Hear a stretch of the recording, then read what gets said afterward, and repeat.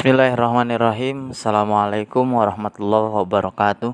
Selamat pagi anak-anakku sekalian. Pada kesempatan kali ini kita akan membahas tentang iman kepada hari akhir, khususnya untuk materi kelas 9 di bab pertama. Baik, untuk kesempatan kali ini kita akan memaparkan pertama dari SKKD-nya ya.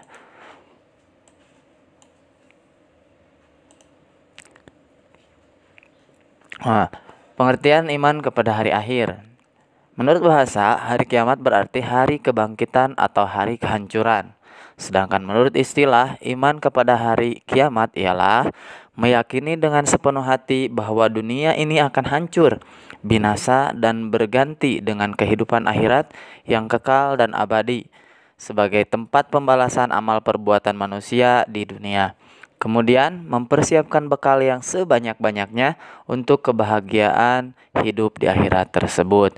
Jadi bisa kita gambarkan bahwa hari akhir itu adalah awal dari kehidupan selanjutnya. Di sini ada nama-nama lain dari hari akhir. Di antaranya dalam buku ensiklopedia Islam disebutkan bahwa nama lain dari hari akhir yang disebutkan dalam Al-Quran itu ada 31 nama ya.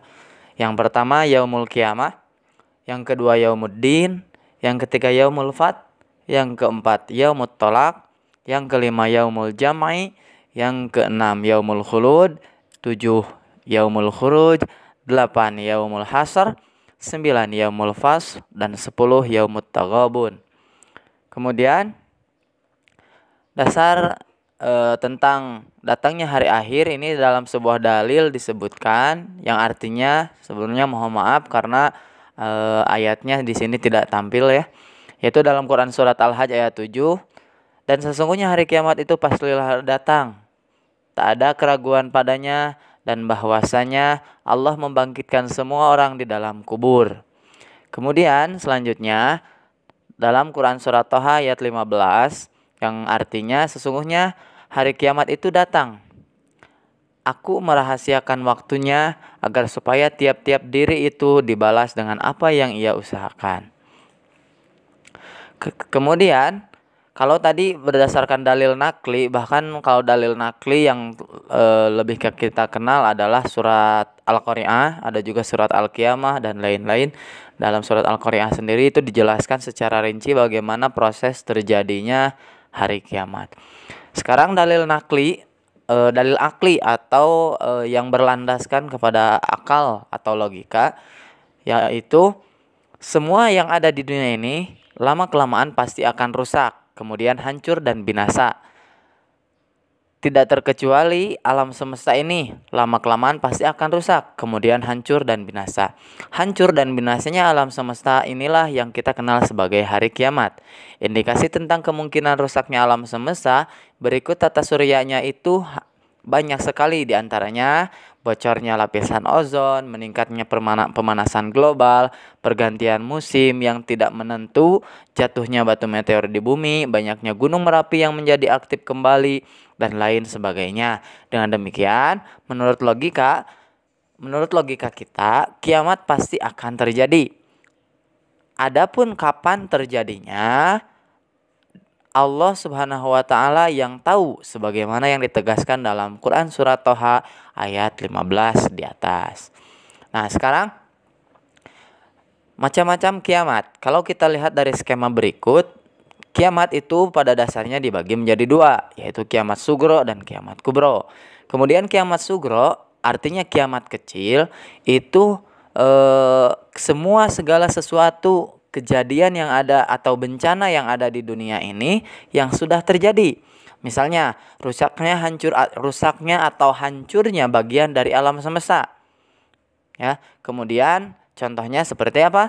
Gempa bumi, kematian seseorang, tsunami, dan lain sebagainya. Bahkan kiamat sugro ini ada juga yang mengatakan hancurnya akhlak atau etika seseorang. Yang kedua adalah kiamat kubro. Kiamat kubro itu adalah nanti ini yang disebutkan di beberapa ayat yang sebelumnya, yaitu kiamat yang akan terjadi, artinya belum terjadi. Kiamat ini akan terjadi, hanya Allah yang tahu waktunya. Hari hancur dan musnahnya seluruh alam semesta. Baiklah anak-anakku sekalian, untuk selanjutnya peristiwa kiamat kubro. Pertama, di sini prosesnya ada kematian, di mana di alam barzah ditanya munkar nakir, dapat nikmat atau siksa kubur, menunggu kiamat tiba ditemani awalnya. Ini berarti orang-orang yang mendahului kita, di mana mereka diberikan hari kiamat, diberikan kematian sebelum datangnya hari kiamat. Kemudian ada hari kiamat. Setelah Israfil meniup sangkakala pertama, artinya dimatikan semua. Jadi tiupan pertama itu semua manusia dimatikan, ya, khususnya orang-orang yang mukmin. Kemudian nanti di tiupan kedua itu akan muncul hari kiamat, proses yang kedua, yaitu bumi bergoncang dahsyat dan mengeluarkan seluruh isinya sebagaimana yang tercantum dalam Quran surat Al-Zalzalah. La zulzilatil ardu zilzalaha wa akhrajatil ardu asqalaha wa qala al-insanu ma laha yauma idzin tuhadditsu akhbaraha bi anna rabbaka auhalha, dan seterusnya.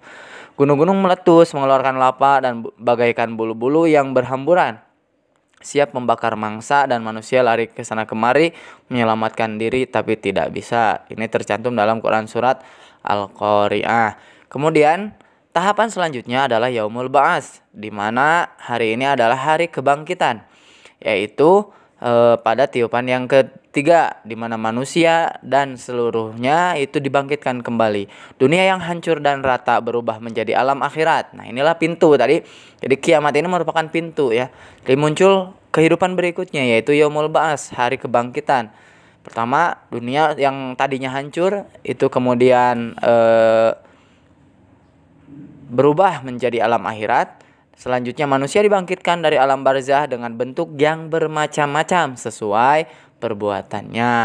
Artinya bagaimana amalan selama hidupnya di dunia. Kemudian setelah Yaumul Ba'ats, ya, Yaumul Ba'ats itu ada selanjutnya Yaumul Mahsyar, di mana seluruh manusia dikumpulkan di satu padang yang dari mulai Nabi Adam sampai makhluk terakhir, makhluk pertama sampai makhluk terakhir, semuanya dikumpulkan dalam satu tempat, yaitu Padang Mahsyar. Hari ini dikumpulkan manusia di Padang Mahsyar untuk mempertanggungjawabkan amalan perbuatannya. Kemudian selanjutnya ada Yaumul Mizan, di mana semua manusia itu mempertanggungjawabkan amalan selama di dunia.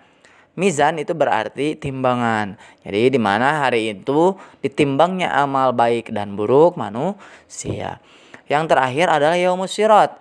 Setelah seseorang mendapatkan amalannya baik dan buruknya, kemudian dia akan melintasi sebuah jembatan, ya.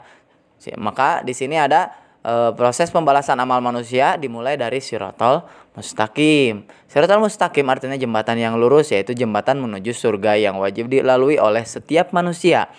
Yang di bawah jembatan itu terdapat neraka. Siapa yang dapat melaluinya akan masuk surga, dan yang jatuh akan masuk ke neraka. Inilah tahapan selanjutnya. Kemudian, nah di sini ada beberapa ayat yang berkaitan dengan hari kiamat. 1. Surat Az-Zumar. A'udzubillahi minasyaitonirrajim. Wa nufiqa fis suri fasa'iqa ma fis samawati wa ma fil ardi liman yasha Allah alayah. Kemudian ada surat Al-Zalzalah, dan yang terakhir itu tentang Padang Mahsyar dalam surat Al-Kahfi ayat 47. Selanjutnya ini masih membahas tentang dalil yang membahas tentang tahapan hari akhir, ya, yaitu ada keadaan saat dihisab, kemudian balasan amal baik dan buruk, dan seterusnya.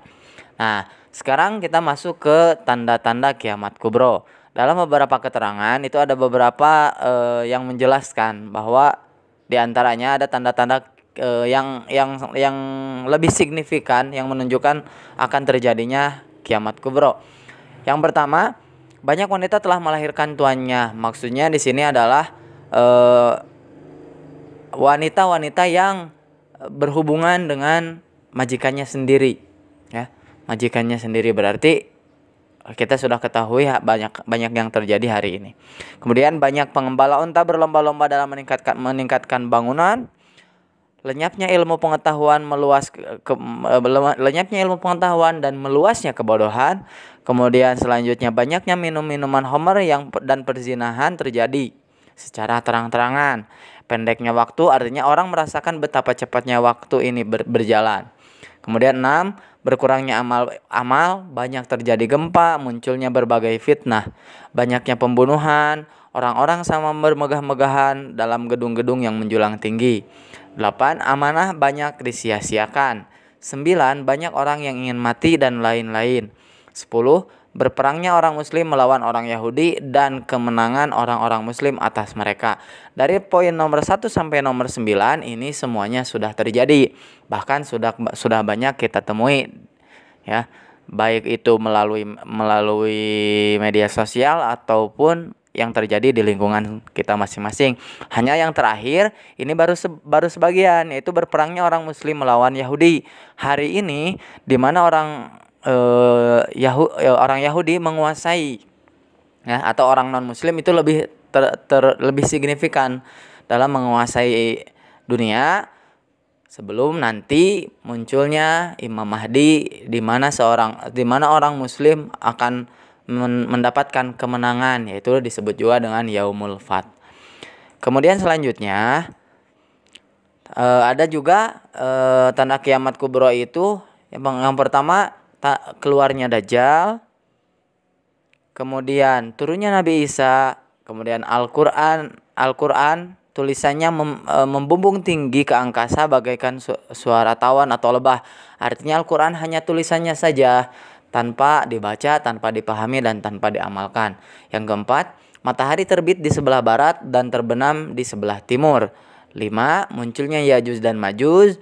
6, tidak ada lagi orang yang menerima sedekah. Ini sudah pasti ketika terjadinya tanda-tanda ini baru terjadilah kiamat kubro.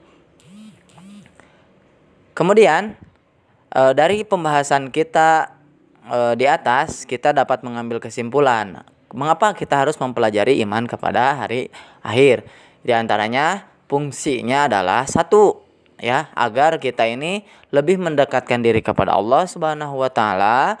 2, mendorong untuk berperilaku baik. 3, berani dalam membela kebenaran dan rela berkorban. 4, mengendalikan diri dari berbuat sesuatu yang dibenci maupun yang dilarang oleh Allah. Dan 5, senantiasa minta ampun, istighfar kepada Allah Subhanahu wa taala. Mudah-mudahan nanti kita mendapatkan syafaat di hari akhir nanti dan Allah senantiasa memberikan ridhonya bagi kita semua. Amin ya Allah ya rabbal alamin. Mungkin demikian yang bisa Bapak sampaikan pada materi pembelajaran ini. Mudah-mudahan ada manfaatnya. Billahi taufik wal hidayah. Akhirul kalam. Wassalamualaikum warahmatullahi wabarakatuh.